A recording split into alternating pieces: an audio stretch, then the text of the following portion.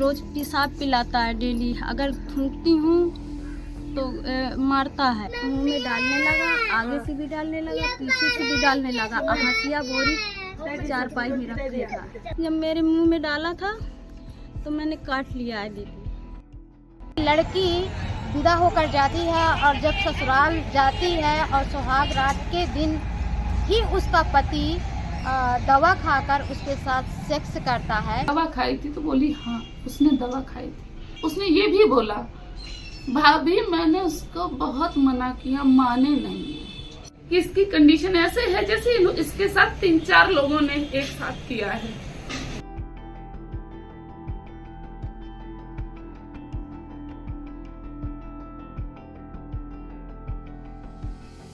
पति से ही पत्नियां सुरक्षित नहीं हैं। जिस तरह से हमीरपुर की एक घटना आई, ये कि उसके पति ने किस तरह से उसके साथ रेप किया, ऐसे मामले आपको क्यों लगते हैं कि ऐसे क्यों बढ़ रहे हैं? और ये जो महिलाएं अब तक में ये बात करती थी कि अब वो हमेशा सहती रहेंगी, घुटती रहेंगी, ये अंदर की चीज़ है, इसको बाहर नहीं निकालना है, समाज बुरी तरीके से देखेगा। आदमी ही तो उसके साथ मतलब कि सेक्स कर रहा है, तो ये वाली बात घर के अंदर ही रहना चाहिए, बाहर नहीं जाना चाहिए। और उस महिला ने कितनी बहादुरी के साथ बात करी।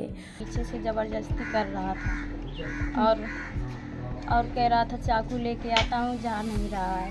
जब अपनी जान बचाने के लिए कुछ भी इंसान कर सकता है। महिलाएं जब इस तरह के अपने यौन के संबंध में जब बातें शेयर करती हैं, जब सेक्स की बातें करती हैं, तो ये मामले बहुत खुल कर के सामने आते हैं कि कितना मर्जी से सेक्स होता है और कितना उनके गैर मर्जी से सेक्स होता है। चाहे सुहागरात की बात हो, चाहे जो माँ वाली बच्चे हों उनकी बात हो, चाहे ऐसी औरतें जो गर्भवती औरतें हैं, कई बार उनके साथ में जब पति सेक्स करता है, ज़बरदस्ती करता है, तो मुझे ये लगता है कि जिस तरह से समाज का ढांचा है कि महिला के साथ में कुछ भी हो, जब आप ससुराल में चले जाते हो तो वो पति का हक हो जाता है औरत के शरीर के ऊपर कि वो चाहे जैसे ही इस्तेमाल करे, चाहे जिस तरह से उसके साथ सेक्स करे, चाहे उसके मर्जी से सेक्स करे, चाहे उसके गैर मर्जी से सेक्स करे, लेकिन ये उसका अधिकार है। इस समाज की महिलाएं बहुत इस चीज़ को सहती चली आ रही हैं, खासकर ग्रामीण औरतें तो बहुत सहती हैं। वो कई बार सेक्स में मार भी खाती हैं, उनकी लड़ाइयाँ भी पति के साथ में होते हैं और कई बार तो सेक्स को लेकर के तलाक तक होते हैं, रिश्ते भी टूट जाते हैं।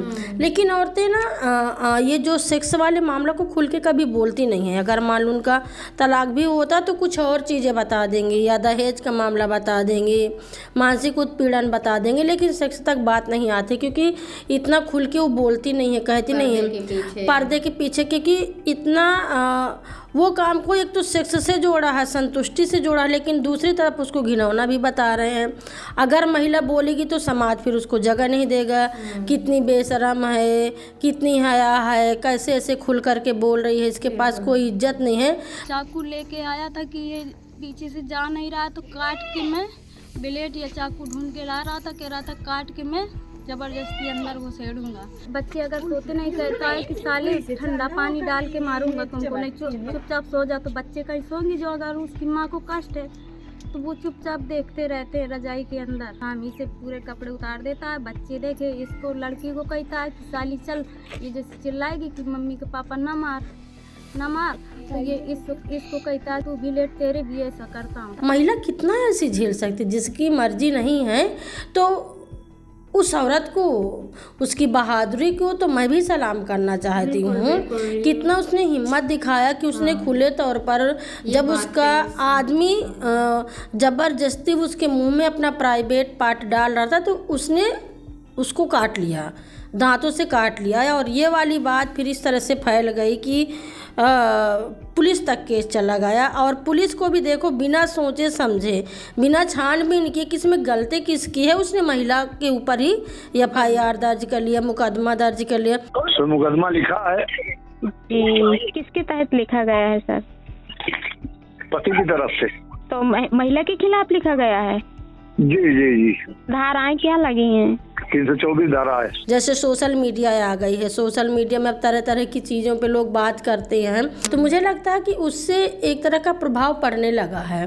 कहते हैं ना कि जब सिर के ऊपर पानी चला जाता है तो कहीं ना कहीं उफलाता है, या हमारे गांव में कहा था ना कि पानी का हगा उतरा का नहीं रह जाता, भले वो 1% हो।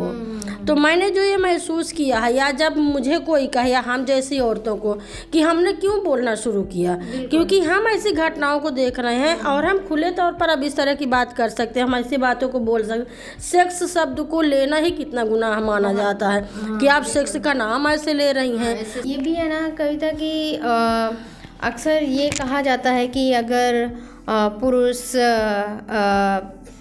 सेक्स नहीं करेगा तो वो मर्दांगनी नहीं है उस पर, और महिलाएं तो कभी उनकी इच्छा की पूर्ति कभी नहीं हो सकती है, और महिला के नामे भी हाँ होता है। तो मतलब एक तरह से ये कि शादी के बाद या फिर एक साथी और शादी जब ऐसे हो जाता है कि वो एक साथ रह सकते हैं, ये वाली जो परमिशन है, जो एक ठप्पा जो लगने की बात है वो हो जाता है, तो पुरुष को लगता है कि ये उसकी सेक्स लाइफ है, वो किस तरह से भी यूज कर सकता है, कैसे भी जी सकता है। उसमें ज़रूरी नहीं है कि महिला की मर्जी हो, लेकिन भैया महिलाएं कब तक सहेंगी? कभी तो वो बोलेंगी कि अब बस, अब इसके आगे सहन नहीं हो सकता, अब इसके आगे वो अपनी बात बोलेंगी, अपनी बात उठाएंगी।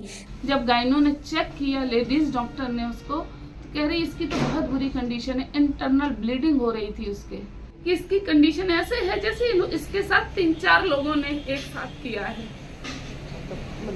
बिल्कुल उसका शरीर फटा हुआ था, इंटरनल ब्लीडिंग थी, इन्फेक्शन इतना फैल गया था। स्त्री रोग विशेषज्ञ डॉक्टर ने बताया कि उसके साथ कितने गंदे तरीके से सेक्स किया गया, इतनी चोटें उसको अंदरूनी पहुंचाई गई, जिसके कारण उसके अंदर इन्फेक्शन फैल गया और उसकी मौत भी हो गई। एक तरह ये तो है कि जो दुनिया के प्रचार चलते हैं, आप रास्ते रास्ते चले जाओगे, रेलवे पटरी किनारे आप जाइए, दीवारों में कितना इसका प्रचार हो रहता है, मर्दांगना ताकत बढ़ाने के लिए इस डॉक्टर से मिलिए, इस वैद्य से मिलिए, और इनकी कोई जागरूकता नहीं होती है। मुझे तो स्वास्थ्य विभाग में भी इसकी कोई जिम्मेदारी वाली या कोई डॉक्टर नहीं दिखा है अब तक में। आपकी कोई अनुभव रिपोर्टिंग में है क्या कि कोई डॉक्टर इस तरह से रहा है? मुझे लगता है कि मैंने सुना है ऐसे डॉक्टर इस स्तर पर नहीं रहा, पर बड़े बड़े शहरों में होता है कि जो बहुत ही पढ़े लिखे हैं और बहुत शहरी है कि लोग जा कर के मियाँ बीबी जा कर के बात करते हैं कि उनका सेक्स करने का मन नहीं होता या बीबी का मन नहीं होता, तो उसके लिए मतलब इलाज वगैरह होते हैं। ये बहुत दिल्ली और मुंबई स्तर की बात है, लेकिन जो लोकल स्तर पर है यहाँ छोटी छोटी चीज़ें बहुत होती रहती हैं, और ये ज़्यादातर मर्द करते हैं, महिलाओं के लिए नहीं होता है। क्योंकि जहाँ तक जो प्रचार होते हैं दीवालों में, जो खास करके जो वैद्य होते हैं कि मर्दाना ताकत के लिए हमसे संपर्क करें, इतवार बुधवार उसका टाइम पता सब दिया रहता है, तो मर्द के लिए होता है, औरत के लिए नहीं होता है।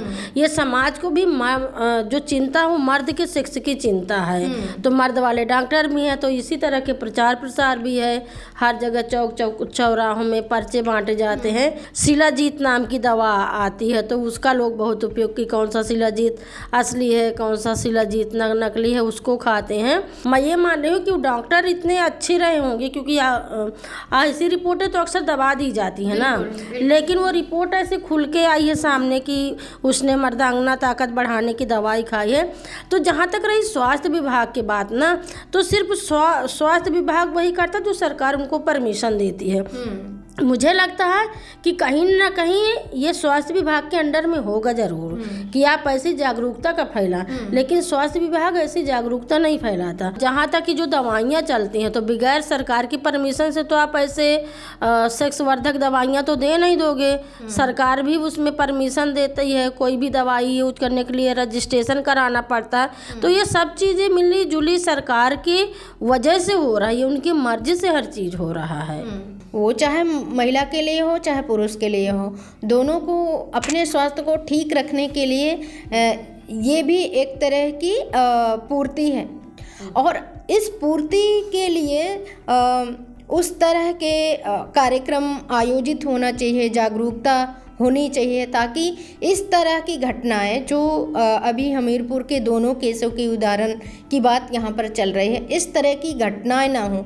उसमें सिर्फ महिला को क्षति ज़्यादा पहुँची वो तो है, लेकिन कहीं ना कहीं वो पुरुष को भी क्षति पहुँचती ना जाने। ये मामला तो उठ के आ गया, तो हम सब सुन रहे हैं, बात कर रहे हैं। इस तरह के ना जाने कितने केस होते हैं जहाँ पर दोनों को क्षति होती है, पुरुष को भी क्षति होती है, महिला को भी क्षति होती है। तो इन सब से बचने के लिए सरकार चाहे स्वास्थ्य विभाग इस तरह के कार्यक्रम उनको ज़रूर से ज़रूर चलाना चाहिए। इसके कारण कितनी ज़्यादा घटनाएं बढ़ गई हैं, महिलाओं के जो अलग अलग रूप ले रहे हैं, रेप जैसी घटनाएं, लड़कियों का गर्भपात कराने की स्थिति आना, जो ये आंकड़े हैं वो कहीं ना कहीं इसीलिए बढ़ते हुए दिख रहे हैं क्योंकि हमारी सरकारें ना तो स्वास्थ्य पर ध्यान दे रही हैं, सेक्स स्वास्थ्य पर ध्यान नहीं दे रही हैं, उस पर जागरूकता नहीं कर रही हैं, और जो एक तरह की इच्छा बढ़ रही है, ऐसी गोलियां खा करके सेक्स करने की जो इच्छा बढ़ रही है, उससे कितना खतरनाक स्थिति आ रही है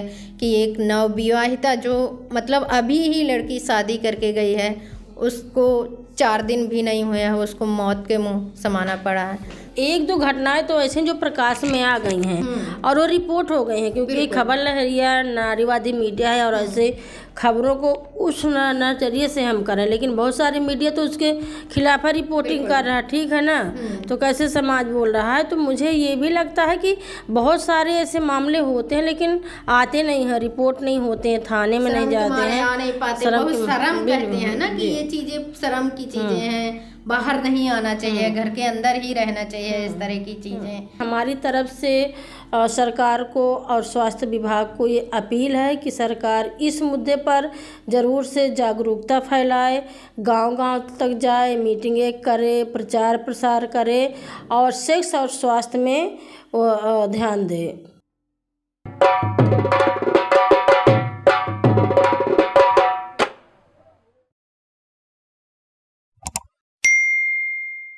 खबर लहरिया, आपकी खबर आपकी भाषा।